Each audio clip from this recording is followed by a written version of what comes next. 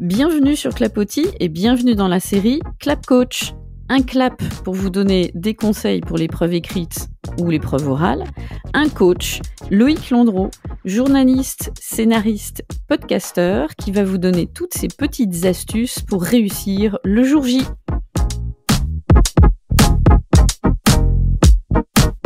Bonjour Cécile, bonjour à tous.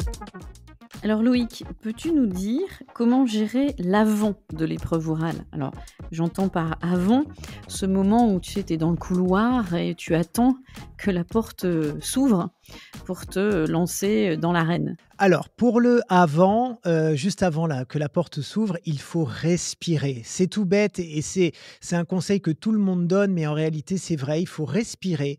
C'est pas le moment de ressasser tous ces cours dans sa tête, d'essayer de répéter par cœur tout ce qu'on a appris. Il faut respirer, se calmer, penser encore une fois à des choses positives et donc à tout sauf à la leçon qu'on va débiter, si je puis dire, juste après.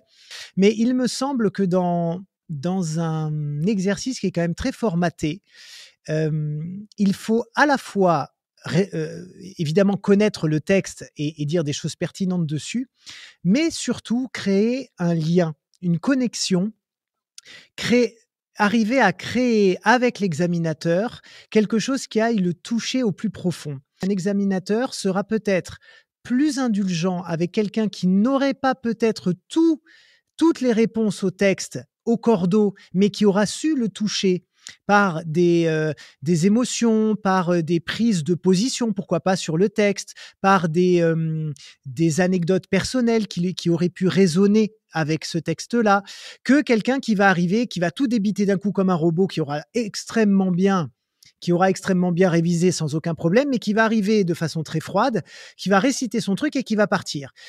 L'examinateur ne pourra que dire « Oui, ok, c'est super, bravo, tu as très très bien appris ». Mais derrière ça, il y a quoi ? En fait, derrière, il y a quoi ? Qui es-tu, toi ? Tu es qui ? Elle est où ton émotion ? Elle est où ta personnalité ? Qu'est-ce que tu me transmets ? Et donc, c'est là où, juste avant de rentrer en scène, l'idée, c'est de se concentrer aussi sur ce que je vais laisser dans le cœur, dans le corps et dans l'esprit de l'examinateur. Bien sûr, je vais lui laisser ce que j'ai appris et ce qu'il a besoin d'entendre sur le texte en question pour me mettre une bonne note. OK, ça, c'est pas un problème. C'est acté. En revanche, il faut le deuxième volet. Le deuxième volet, c'est comment faire résonner le texte et ce que j'ai appris en termes universels, j'ai envie de dire. C'est-à-dire avec ce qui peut résonner dans la vie de l'examinateur, de quelle façon je peux le faire résonner avec ma propre vie, avec ma propre vision du monde, et comment je peux faire rayonner ma personnalité dans ce que je suis en train de faire. Alors, il y a quelque chose de très important parce que sur tout ce qui est prise de parole en public, sur les 20-30 dernières années, on a entendu plein de choses sur la gestuelle, le regard. C'est des choses qui sont très basiques et très normées. Et moi, ce que je dis surtout, c'est de vous écouter.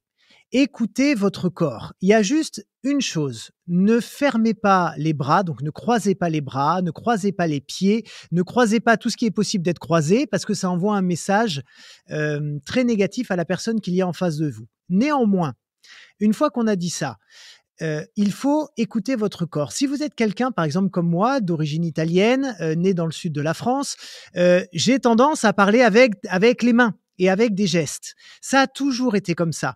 Et donc, quand on est en oral, je n'allais pas me réfréner, puisqu'en fait, ça fait partie de moi et que mes gestes accompagnent et scandent et marquent les mots, les pauses, les émotions que je veux transmettre.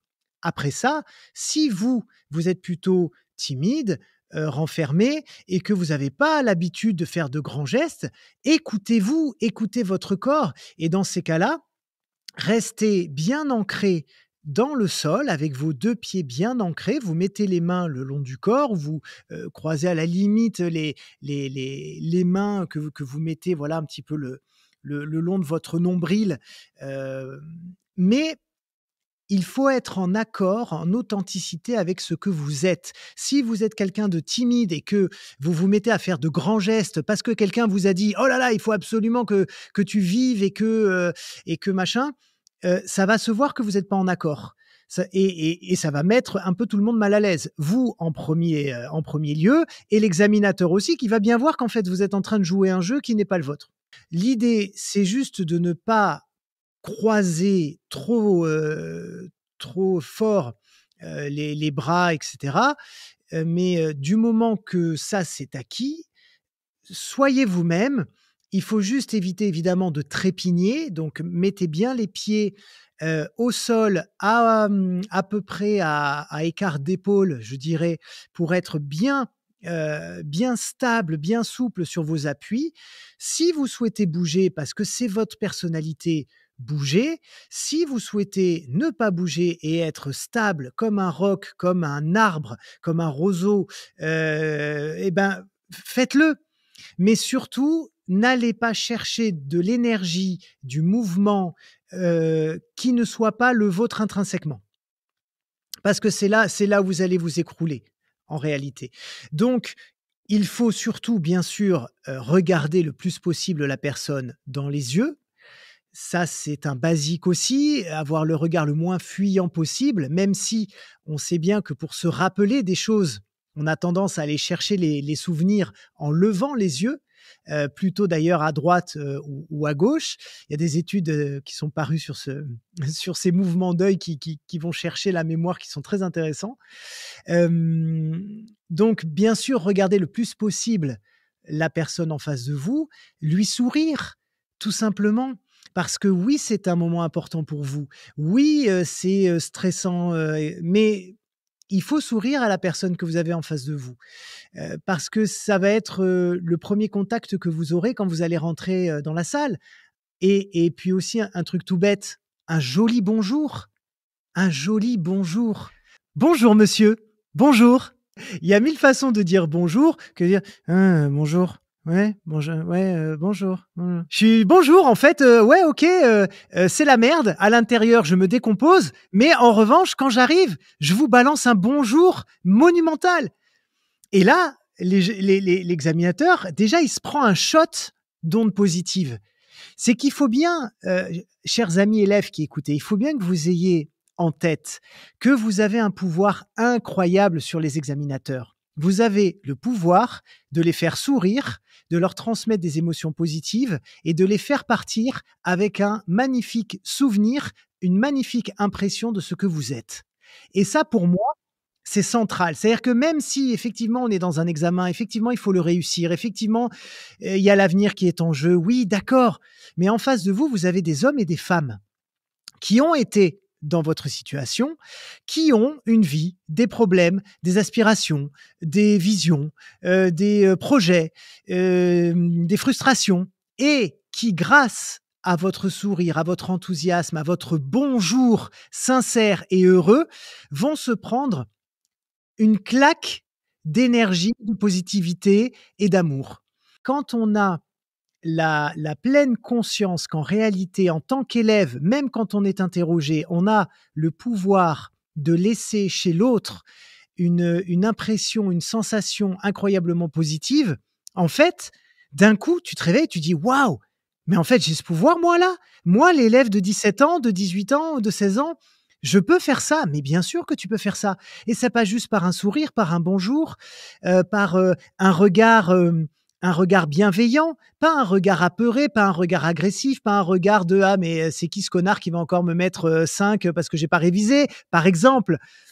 C'est tout bête, mais du moment où on a la pleine conscience qu'on a en face de nous des êtres humains et qu'on peut agir sur eux, bien plus qu'en récitant la leçon qu'on a parfaitement apprise avant, c'est la clé. Et donc, en termes de gestuelle, parce que tout découle aussi de son état intérieur, une fois qu'on a tout ça dans le cœur et dans le bide et qu'on sait qu'on peut le faire, le corps va réagir en conséquence. Et donc, le corps n'aura plus besoin de surjouer quoi que ce soit.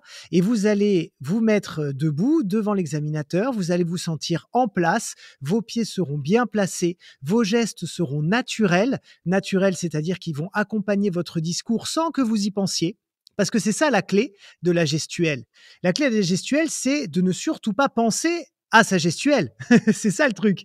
Si vous commencez à intellectualiser le fait de lever la main à tel moment, de pointer votre doigt à l'autre, de faire un rond ou de peu importe, vous avez autre chose à faire que d'intellectualiser votre gestuelle à ce moment-là. Donc, laissez-la venir.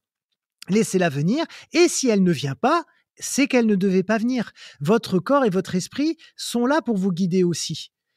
Et donc, plus que l'intellect, je veux dire, je mets l'intellect, je le définis comme cette espèce de froideur qu'on peut avoir par rapport aux choses, contrairement à l'esprit et à l'intuition qui sont plus, pour moi en tout cas, voilà, des choses positives qui viennent contrecarrer cette espèce d'intellect qui nous fait agir comme des robots.